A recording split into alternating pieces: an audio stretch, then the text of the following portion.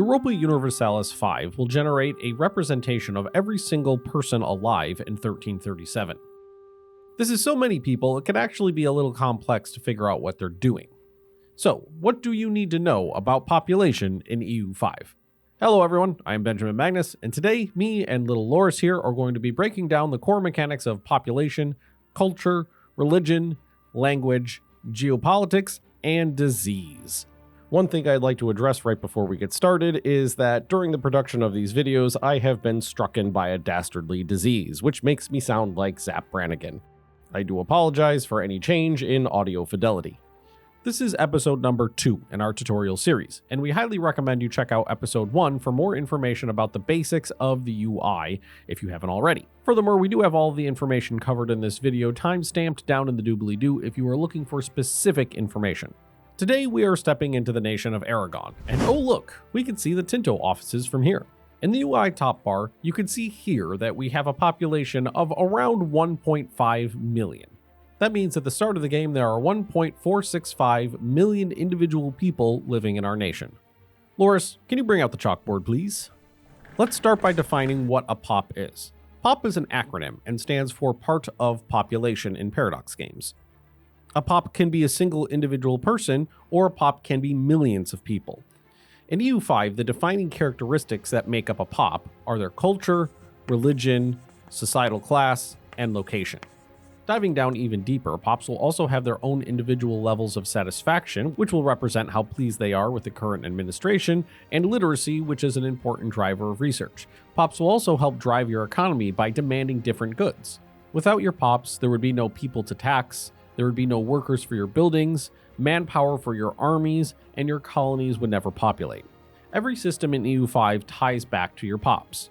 And importantly, the decisions you make, like which buildings you build, in which locations, and what mechanical choices you are making as the player, will shape how your population evolves over time. We'll explore many of these interconnected systems throughout this guide, so don't worry if it's feeling a little overwhelming at this point. Let's start by examining Religon's demography and building up from there. Let's start by talking about societal classes. Societal class in EU5 can be split into a large pyramid with nobles at the top, followed by clerics, burghers, laborers, soldiers, peasants, tribesmen, and finally slaves. Typically, the more populous societal classes will be at the bottom of the pyramid, while the top of the pyramid will be home to less of your overall population. POPs will be assigned a societal class based on the job that they hold within your society. And societal classes are not static either. It is perfectly feasible for members of your population to promote through societal classes multiple times and go from being peasants to nobles. It all comes down to how you build your society. In EU5, you will be shaping your nation and its people on the location level. A location is the smallest individual piece of geography on the map.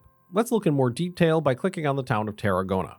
We've defaulted into the Locations Infrastructure tab. Here on the left, we can see a breakdown of our different societal classes in this specific location. We have a bar here that represents their current level of employment. If we look at soldiers down here, we can see that we have 1,100 soldiers available for work. 1,000 of them are currently employed at a castle, leaving 100 unemployed. The blue bar is representing current level of employment, and the green bar representing currently unemployed POPs. Here we can see that wine is created in Tarragona as our resource gathering operation. If we click on the wine button, we will build a new level of wine RGO, and that will affect our workforce in Tarragona. Now we can see that we have a deficit of 650 laborers. That is not necessarily a problem though. POPs can be promoted over time. Here we can see we have a surplus of 33,000 peasants, and every month 14 of them will promote up into the laborer class. Something to note is that POPs can demote as well over time. This will happen if their needs go unfulfilled for long periods of time. Back to what we were talking about though, filling these jobs can also be handled through migration. If we take a look at our demography tab here, we can see that we have a migration attraction in Tarragona of 0.56. Now migration will change location to location based on many variables, such as the laws of your realm that might encourage or discourage certain POPs to move about your nation. It is something to keep in mind though that migration is a tool that you can use to fill job vacancies. Now, unlike myself and Lorris here, POPs are not just a 2D abstraction of a job that is being performed in your nation.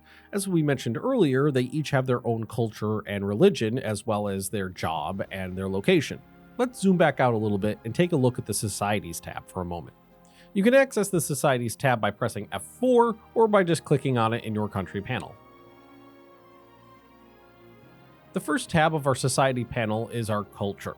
Here we can see the overall breakdown of cultures within your nation.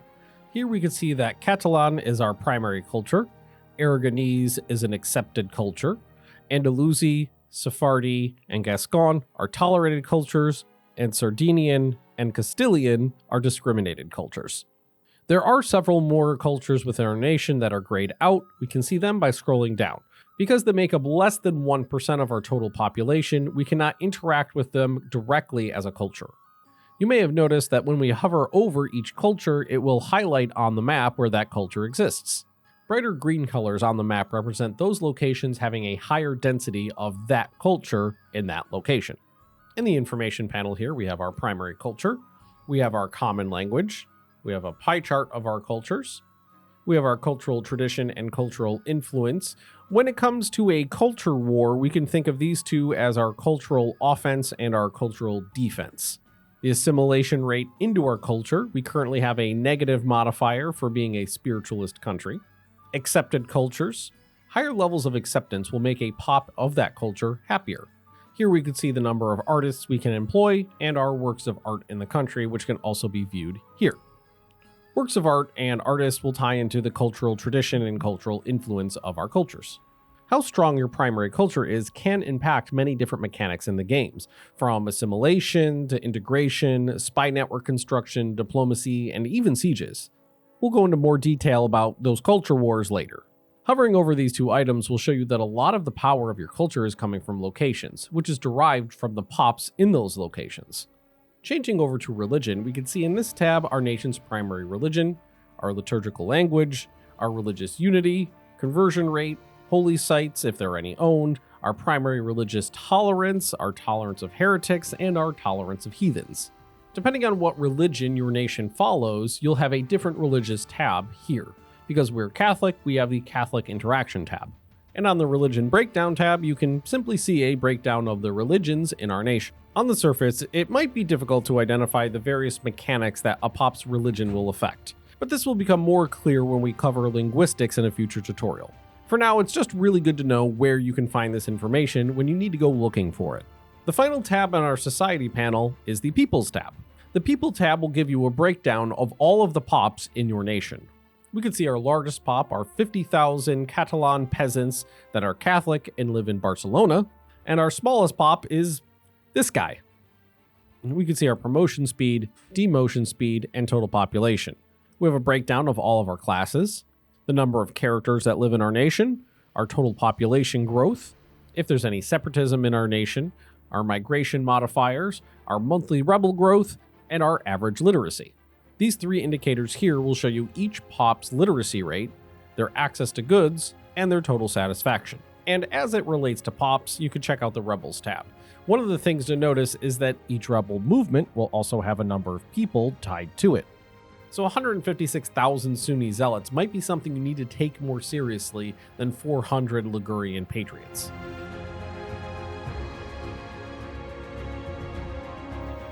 An army marches on its stomach, and a starving peasant doesn't do any work. So it is very important to keep an eye on the food situation in your nation. Food is a great place to start because it's the first port of call to understanding the needs of your population. Food is consumed through 3 different tiers. Tier 1 being local. Food that is produced in a location will then be consumed in that location. Any excess food from that location will be sent to the provincial stockpile. If the entire province is still in the negative, it will then attempt to buy food from the market. If it fails to do so, your pops will start to starve, and starving pops is a bad thing for you and your people. Each of these tabs is a province in your nation. This number here is an aggregate of all of the locally produced food. Any excess is being stockpiled and then sent to the market. You can sell food as well. Any negatives are being purchased from the market before consuming your stockpile. Something to note is you can increase the amount of food stockpiled with buildings. If we open up one of these tabs, we can see the breakdown of where all this food is going and coming from. The percentages are the total amount of modifiers affecting food production. Higher modifiers means more food being produced. These numbers are the total amounts of production and consumption. These buttons will bring you to a build menu that will show you all buildings that are food related that can be built in that location. And this button here will show you if there is a food RGO in the location, and clicking it will increase the size of the RGO. As you can see, even with a high modifier, without the food RGO, you won't be producing much food. An ideal place to efficiently make food is Siges, because it is a rural location, it has a high food production modifier, and it has a food RGO. One thing to keep in mind is that food as a resource and food as food is slightly different. If we take a look at wheat, you can see that every source of wheat will produce 8 food. If we take a look at fish, every source of fish will create 5 food. So wheat is a more efficient resource than fish if you're just trying to create as much food as possible. Furthermore, other RGOs that have a primarily industrial output like wool from sheep will also produce food as a secondary resource. Something to note is that any peasants working in subsistence agriculture will also be producing food. This means that rural locations will often be self-sufficient when it comes to food production versus consumption. It's when you add your towns and cities into the mix that math comes into the equation. This also means that choosing where to urbanize is a strategic choice that you will have to make. Cities add a large negative modifier to the food produced in a location, so building your cities where your food is being produced is often not a great idea. But placing a city might be strategic-minded, not just efficiency-minded, so you might need to think about where you're going to supply that city's food from. Will there be enough rural locations with food RGOs to supply a growing city, or will you have to import that food from out of town? And if you do, are those trade routes vulnerable? You can see that we do have some provinces that are running negatives. That's not actually causing us any problems right now because the food that they need is being bought on the market. If we go back to our economic panel, you can see that we are buying a very small amount of food for 0.48 ducats. We can get rid of that expenditure by increasing food production, or we could just rely on the fact that we can buy food on the market. And on the other side of the coin, if you have a huge surplus of food, that could be sold for profit on the market as well. Starvation is definitely something you want to avoid as it has some extremely deadly penalties, like -5% population growth and -50% population capacity, which will lead to a rapid decline in population either from people dying or moving away to avoid a famine. Having just enough food is also a risky proposition, especially when armies are taken into account. A net negative province that buys from surplus within a market can easily be thrown into starvation if heavy military activity in the area consumes all of the food. So growing more food than you think you need is usually advisable. Like we mentioned before, you could build buildings like the granary, which will increase the amount of food surplus stored in a location. This can help your population flourish because you can get bonuses to population growth by having things like a large food storage in a location and cheap food available in that location. Now that we have begun to grow food and our population, it's important to talk about population capacity. Population capacity is tied directly to a location's terrain and geographic features. Its topography, climate, and vegetation all directly influence how many people a location can support. Perhaps one of the most important features is vegetation, which provides a baseline value for pop capacity. If we take a look at farmland, we can see that it provides an enormous 100,000 population capacity, which is double the next best vegetation, which is grasslands. You can also see it provides a bonus to food production, which we just looked at, and maximum RGO size, which is how many levels of an RGO you can stack on a single location. We could check the population cap for any location simply by clicking on the location and hovering over the population number. We can see right here that Siges has a population capacity of 191,000 and where those numbers are coming from.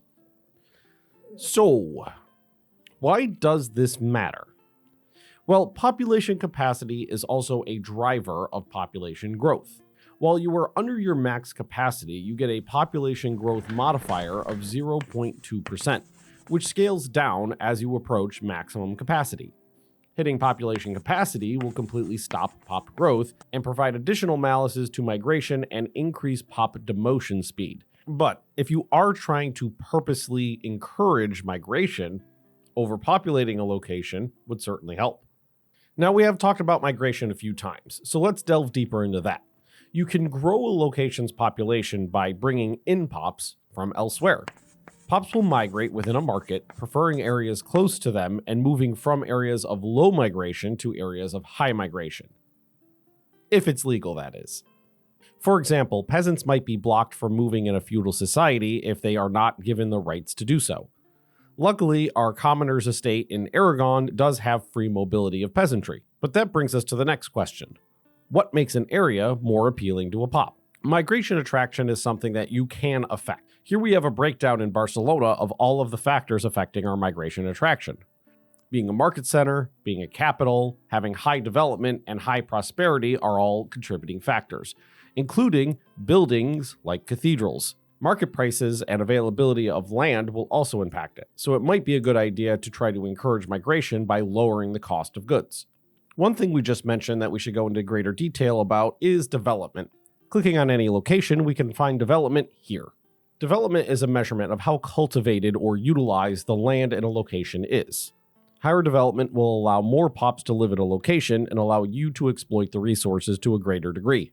You can see that high development has a laundry list of positive modifiers.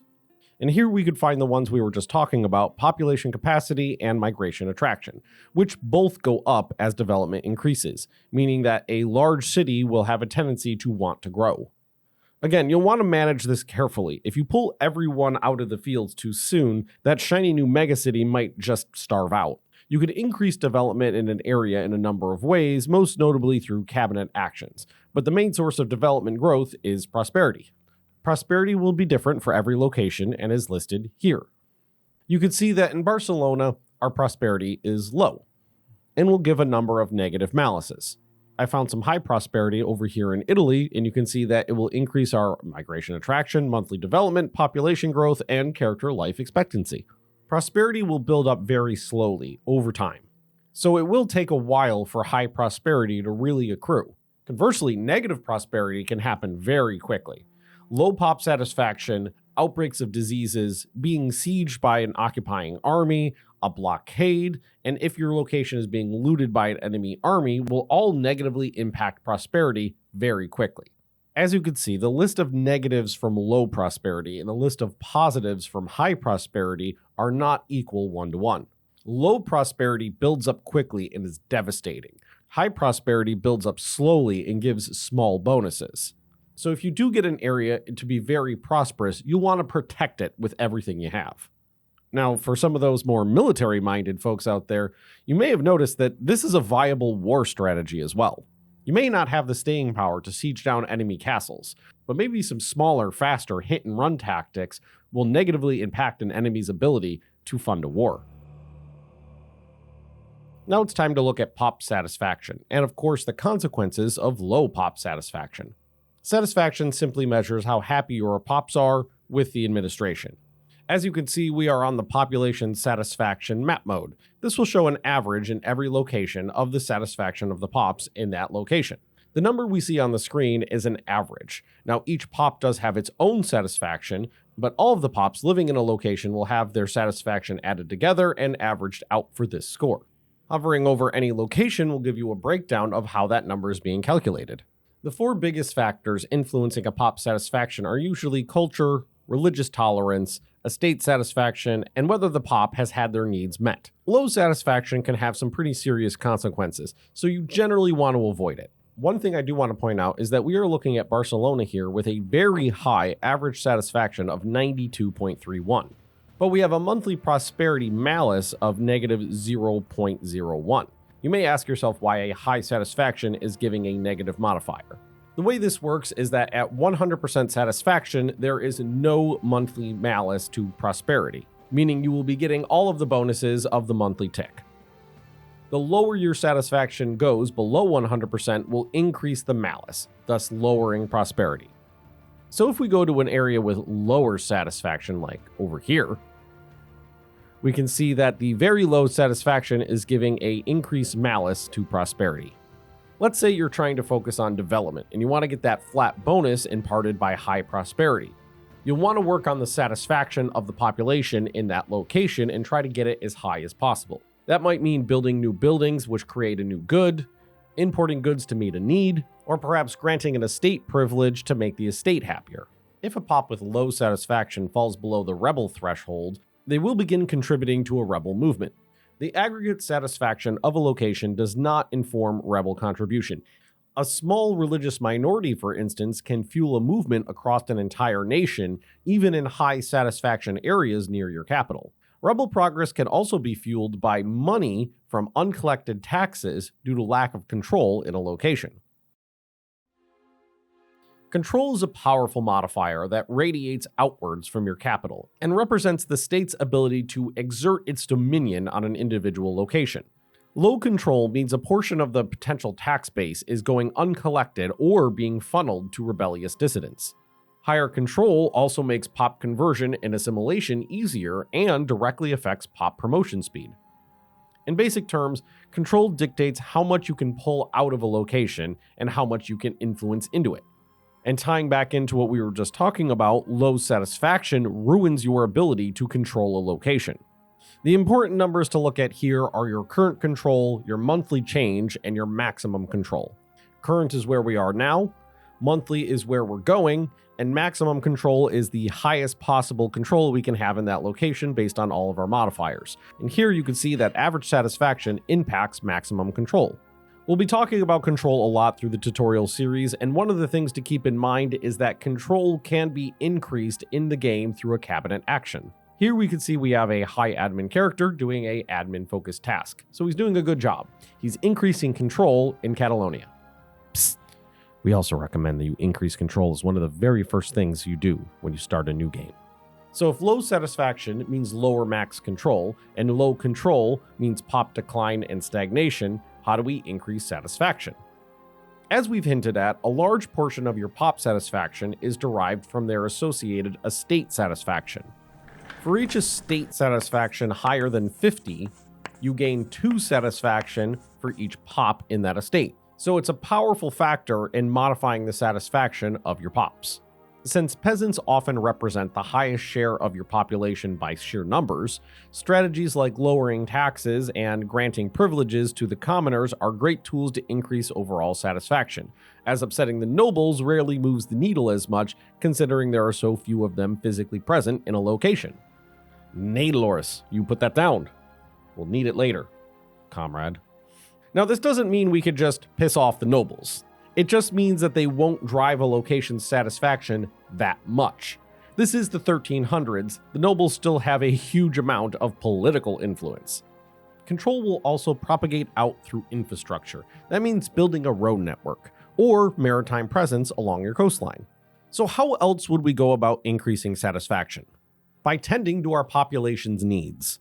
A quick way to try to find pressure points for an estate is to simply hover over the estate on the UI here, lock your tooltip, and then check their monthly expenses.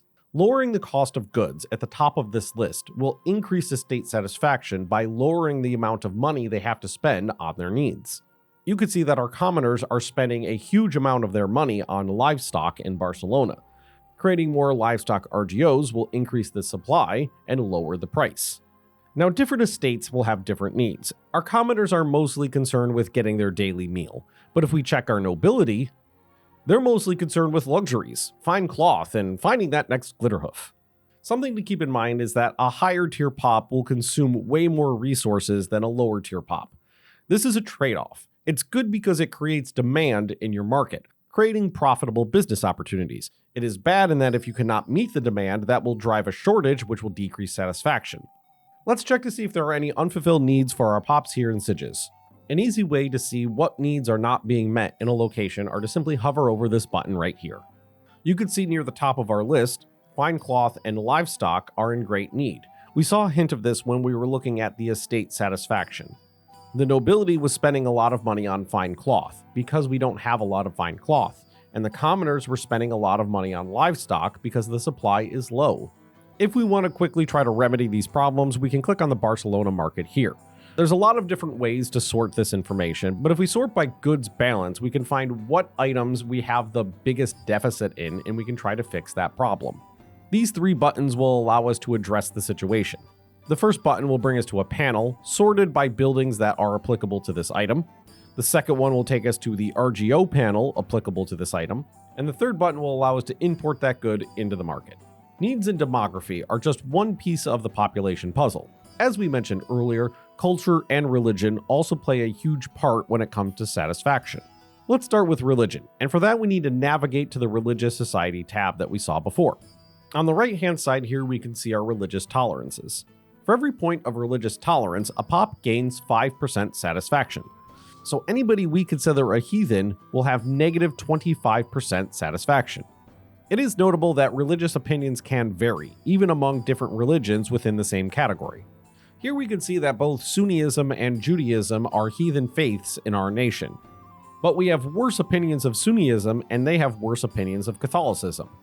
This religious opinion provides additional modifiers to satisfaction, as well as affecting the ease of diplomacy with nations whose primary religion is of that faith. It's also worth noting that our clergy estate gets a massive bonus to estate satisfaction equal to 10% of our religious unity number. Our current religious unity is 87.45%, so we can see that we have a clergy estate satisfaction of plus 8.74%. So how do we go about improving our religious satisfaction scores? Well, there are two clear ways to go about this. Either we live in a harmonious state, a tolerant society where we accept everyone equally, or we attempt to force everyone to conform by converting their religion. Converting religion is something that will happen naturally over time based on a number of modifiers, but can also be goosed by a cabinet action. Do be warned though, converting pops will enrage them, and you run the risk of rebellion when doing so. You can change how tolerant your society is and how powerful your conversions are through laws and societal values. Religion and our clergy's satisfaction will also have a major impact on our technology. Here we can see we have our liturgical language, and it is Latin. This is again another pop-driven mechanic that grants a flat research bonus based on the power of this language. Looking at the map, we can see that we share the liturgical language of Latin with most of Europe. We can band together and all increase the power of Latin, which gives us all a bigger research bonus. However, most of our research is coming only from the collective clerics of our nation, as most of the countries only have this as a contribution to language power. In this way, we can sort of think of Latin as a wide language, sharing many members, and Japanese as a tall language entirely contained in a smaller number of nations. Linguistics is where culture and language begin to cross paths. As like your liturgical language interplays with your clergy satisfaction, your court language affects your noble satisfaction. In fact, linguistics affects all the states. Having a court language that is powerful caters to the nobles. Having it be the common language increases satisfaction of the peasants. The clergy prefer it to be the same as the liturgical language, and having it be the same as the market capital gives a bonus to trade capacity and burghers. Culture has strong similarities to religion regarding satisfaction. In EU5, there are multiple levels of cultural acceptance, each affecting satisfaction. We've covered these a little bit before. Tolerated cultures will give a 5% satisfaction bonus, accepted cultures 10%, and your primary culture has a large 25% bonus. Much like religion, cultural opinion also impacts satisfaction and diplomacy. If we take a look at our accepted cultures tooltip here, we can see that we are currently using 1.39 of 2 cultural capacity. Where that 1.39 is currently coming from is right here. And where the maximum is coming from is listed right here. It's coming from our kingdom rank and our advancements, so this number will go up over time. If we take a look at Andalusi right here, you can see that we're currently using 0.65 of our cultural capacity cap to have them as a tolerated culture. If we would like to promote them to an accepted culture, it would raise that to 1.96, a difference of 1.31. If we add that to our current accepted culture usage, we will be over our cap. Now, you are allowed to do that, but you will be taking many negative modifiers to your nation if you do so. You can also demote cultures in your nation, and if you so choose, you can promote a new culture to be your primary. Generally speaking, cultures that view our primary culture in a favorable light will take less capacity to tolerate or accept. If we want to make sure our pop satisfaction is high, we'll need to make sure those pops fall into an accepted culture. As we've mentioned before, your culture has these two stats, your cultural tradition and your cultural influence. When it comes to assimilating cultures, cultural influence acts as your culture's offense, and it is compared to the cultural tradition of the culture you're trying to assimilate. So if you're planning on trying to assimilate a lot of other cultures, bolstering your cultural influence is key. And if your culture is under attack by enemy forces, cultural tradition is key. So both of them hand in hand will make a strong culture. These two forces impact many other aspects of the game, including integration speed, spy networks, diplomacy, and even sieges. Notable sources of influence are prestige, literacy of nobles, and art. Throughout EU5, and especially after the Renaissance begins, nations can employ artists, which are characters who will generate works of art. Creating art will give us cultural influence. Owning works of art will give us cultural tradition. Higher influence will increase the rate at which our artists can make art. It will increase at a flat rate, but decrease by a percentage, and eventually reach an equilibrium. We can see here that the Crown of Aragon can support one artist from being a kingdom country rank, but we have none currently hired.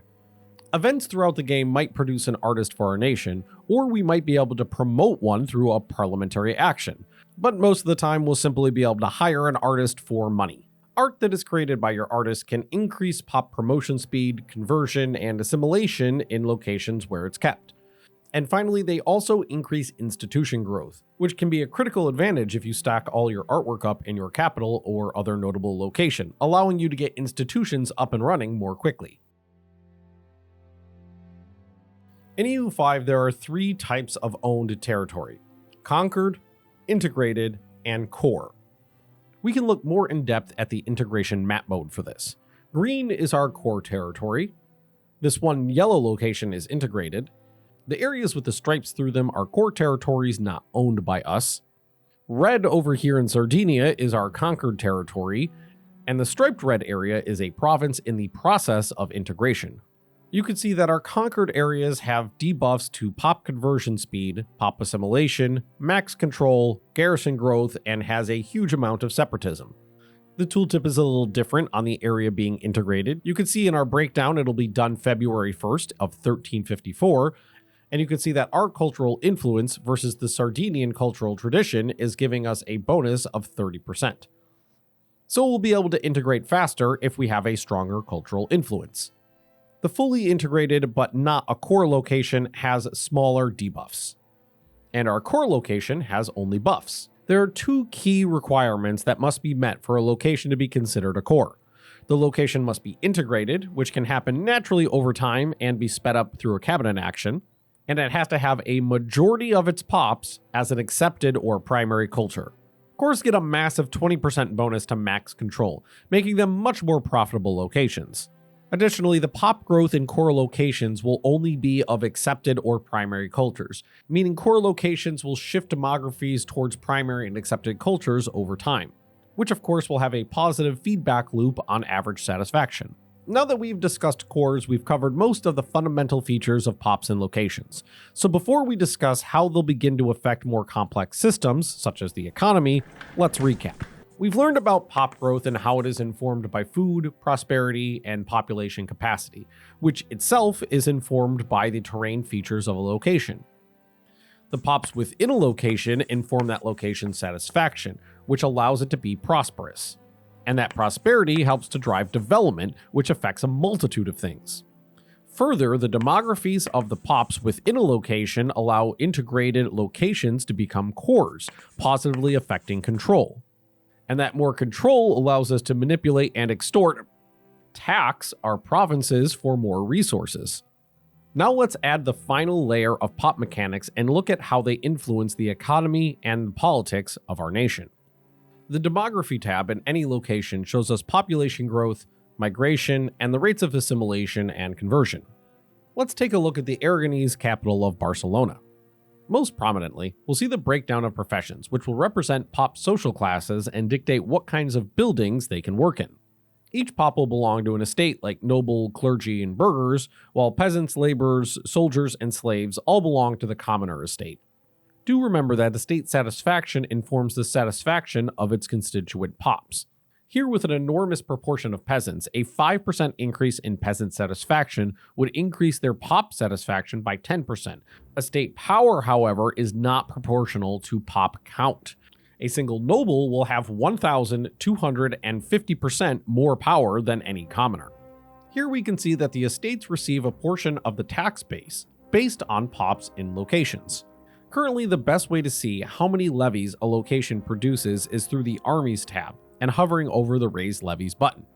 You can then hover over the number of troops coming from a location to see the demographic breakdown and the type of units they'll become. Heading back to Barcelona's infrastructure tab, earlier we mentioned that one of the primary ways you can adjust key modifiers in EU5 is through building buildings. In the infrastructure tab, you can see our pops by profession again, but next to them are all the buildings in this location sorted by the profession of pops required to operate them.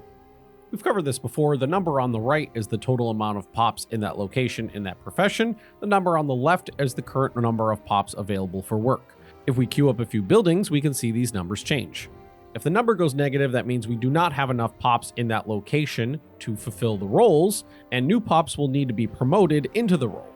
So creating vacant jobs is a good way to encourage pop promotion. A building's output, which could be either a produced good or maybe a modifier, is adjusted depending on the building's employment. An unemployed building provides no benefit, and an underemployed building is less effective. In this way, pops are not only necessary for buildings to work, these pops will also need to be qualified to operate that building. So anytime you build a building, you get possible professions equal to the employment required to operate that building. Meaning, if you build 100 burger buildings that employ 200 pops, then you would add 20,000 possible professions to burgers. Here we can see that we have many burgers available for employment. One of the reasons for this is that Barcelona is a city, giving us this list of modifiers, which includes possible burgers. We'll go deeper into urbanization soon, but it is worth noting that these possible promotions, once filled with available pops, will increase both the power and tax-based share of that associated estate. If we hover over one of the pops in the infrastructure panel here, we can see the speed at which pops will promote over time to fulfill building needs. And if you would like to see more information about pop promotion, you can just hover over the number here and we get a breakdown of where these numbers are coming from. Notably, not all pops promote at the same speed, and higher tier pops promote much slower than lower tier pops. One thing to remember is that pop promotion early game can be fairly slow. One of the things on the list that you can directly control the most easily is stability. High stability will lead to a faster promotion speed. But at times it can be hard to keep high stability because of massive historical plagues that might be around the corner. Let's take a look at some of the other factors that can impact promotion speed. We'll start with control. Down here in Valencia, we have a control of 49%. That means Valencia will have a massive 51% penalty to pop promotion speed.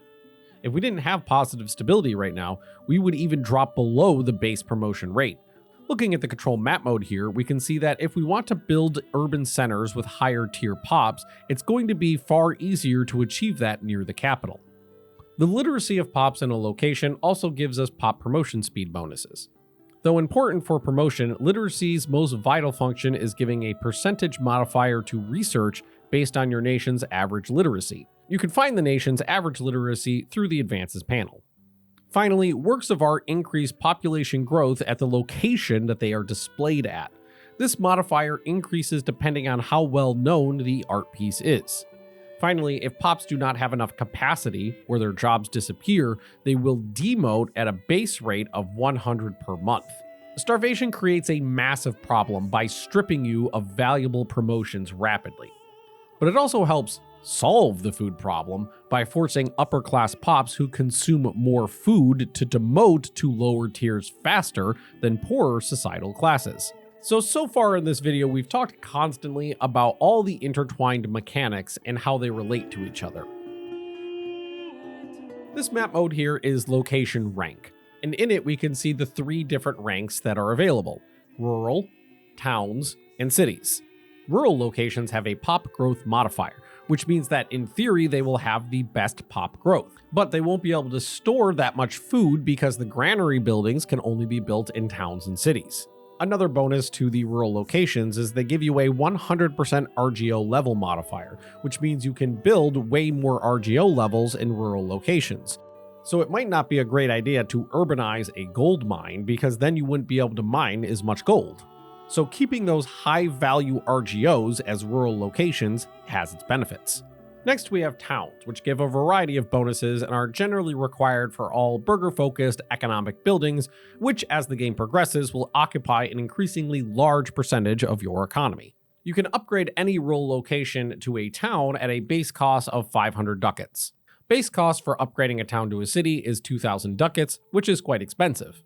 It is worth mentioning that when it comes to choosing between creating urban environments and rural ones, that many buildings will be affected by your choices.